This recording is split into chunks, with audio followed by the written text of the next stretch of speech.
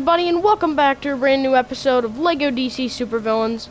In today's video, we are going to be tackling Iron Man Trilogy customs. This means we will be doing customs from the MCU's Iron Man 1, Iron Man 2, and Iron Man 3.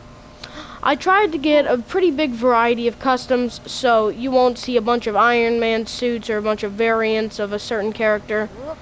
There's going to be a bunch of characters from a bunch of different areas of these movies, and without further ado, I say we just hop into it. We're going to be starting with the Iron Man 1 customs, and to start that off, we have Tony Stark himself. Now for Tony, I gave him Superboy's leg pieces in black, with Captain Boomerang's belt in black. I gave him the custom torso piece with black highlights for the muscles, with a light blue circle on his chest to represent his arc reactor. I gave him short black sleeves with a custom goatee-like face print in with that hair on his face being black. I gave him this short-haired black hair print. Sorry, I can't talk today. And I think this custom altogether, combined with this ability right here, which lets you take control of a drone that Tony programmed, I think that this custom turned out very good. And the drone's dead. But anyway, we're gonna move on. Next up, we have Pepper Potts. For this, I tried to capture her white outfit that she wears a lot in the movie, and I think I did pretty good. So for the hips and the legs, I used Lois Lane's, but I made them in white. For the torso, I used Zatanna's, but I also colored that in white. You can see around the jacket there. I gave her these white arms. You can use any kind of jacketed white arms that have something at the end of them that look like they'd be on a jacket. I think I just used Alfred's, I'm pretty sure, in white, and I think it looks perfectly fine. Then I gave her Poison Ivy's head print with this reddish-brownish hair piece. And I think this looks very good. I think this Pepper and this Tony look very accurate to their movie counterparts. Next up, we have the movie's antagonist, Obadiah Stane. Now, for Obadiah, I used Clark Kent's torso piece in dark blue with the Shade's arms in that same navy blue. I gave him a custom head print with a gray beard on it, with navy blue hips, navy blue legs, and gray shoes. I think for this custom, this came out pretty good, and for such a simple character, it's one of the best customs on this roster, I think. But let me know in the comments below what you think the best custom from this video was. And because I want to see which customs you guys think turned out the best. Next up, we have a questionable one. I'm gonna give you a couple seconds to guess what this even is. Okay, now that you've been able to ponder what this is the Iron Man Mark 1. Yeah, not what you were thinking, was it? This is a very, very difficult thing to make. And because it's such an iconic suit, and it's the first ever one, so I had to make it. And I mean, it didn't come out horrible. I think there are elements to it that make it look like the Mark 1. And I'm just gonna get into how I made it. The hips and legs come from Cyborg from the Justice League movies, but I think I put them in a lighter gray. The torso comes from Vigilante in a dark gray, with the left arm coming from General Zod in that same dark gray color, with the hands coinciding with that same dark gray color. For the right arm, I gave him one of the Aquaman gladiators, I think, to get that gold flamethrower type thing on his right arm. I also gave him a flame effect there to represent the flamethrower. For the head, I gave him the Phantasms in a dark gray, with the helmet coming from the Atom from the game's version of the Atom, not the movie Atom. And I think, and I also gave him this chest plate armor piece that I think makes it look bulkier, which makes it look more accurate.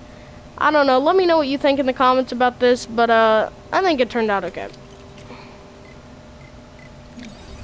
Next up, we have the only Iron Man like suit, not like the only iconic Iron Man suit in this list, because I wanted to get a pretty big variety. This is the first ever Iron Man suit from the first movie, and I think it turned out pretty good, honestly.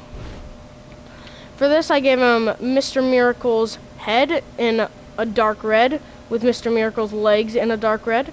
I gave him one of the gladiators from Aquaman's hips in dark red, with Grid's torso also in that color. I gave him Jinx, her arms in dark red to get some gold on there that I think looks really good. And I gave him dark red hands, and I gave him these blue effects on the on his hands to make it look like his repulsors.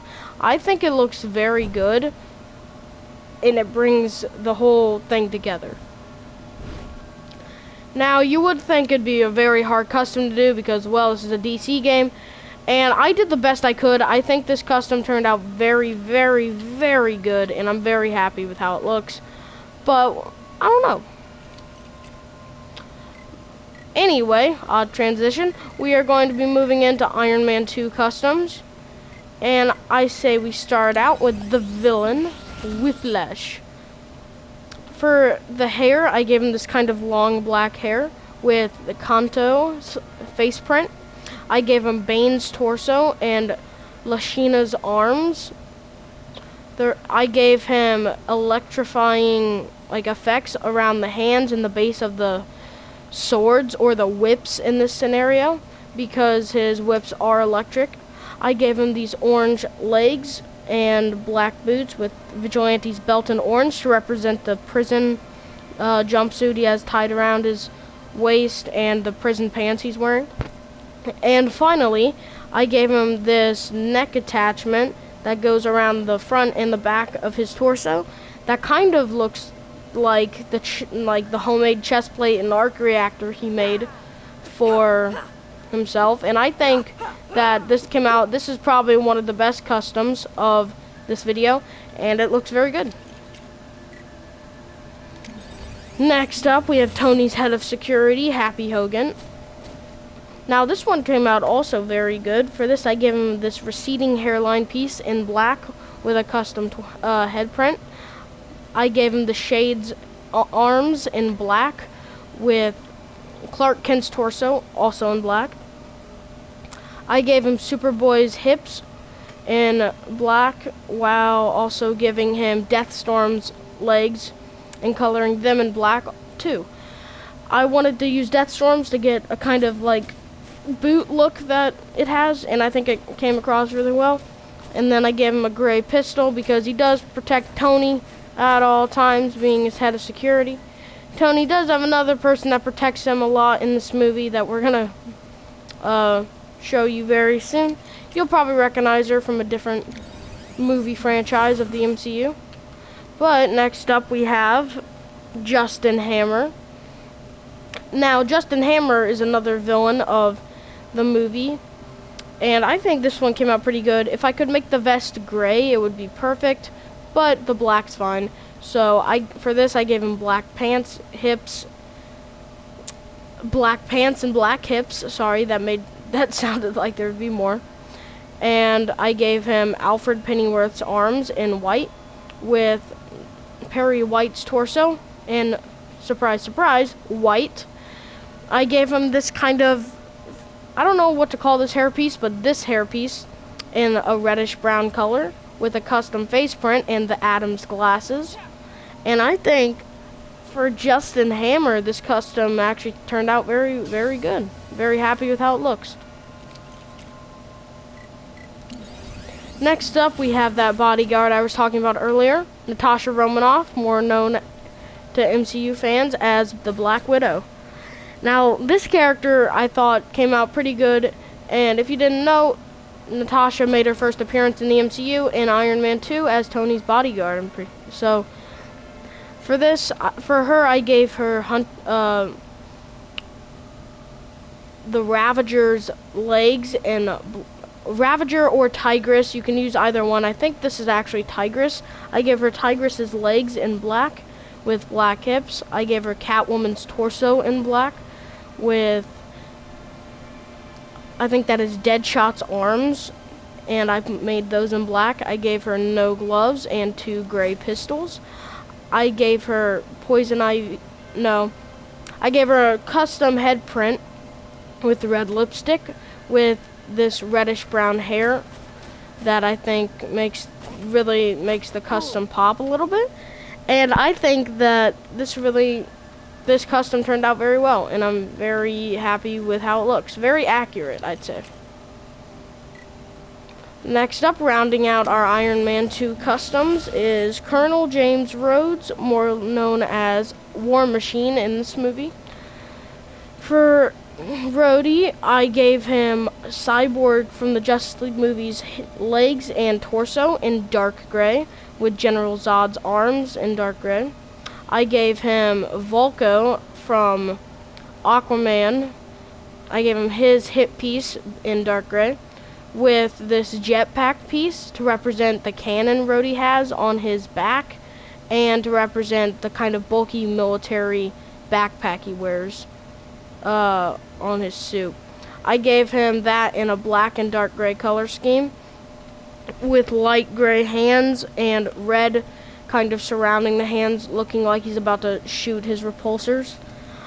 For Rhodey, I wanted to give him a helmet off version because I already did a helmet on with Tony's suit, and I thought since we don't really see Rhodey at all in this custom set, I might as well go ahead and put it here. And for this, I gave him this black hair piece with just some black highlights around the face. You can see under the chin and by the jawline. I think those look really good. And Rhodey came out pretty good, honestly. Moving to Iron Man 3, we have the antagonist, Aldridge Killian. For this, I gave him the Shade's arms in white with, I'm mind blanking, Dr. Sivana from Shazam's torso in white. I gave him Joker from Batman the Animated Series' hips and leg pieces. Both of those are also in white. Then I gave him these tannish,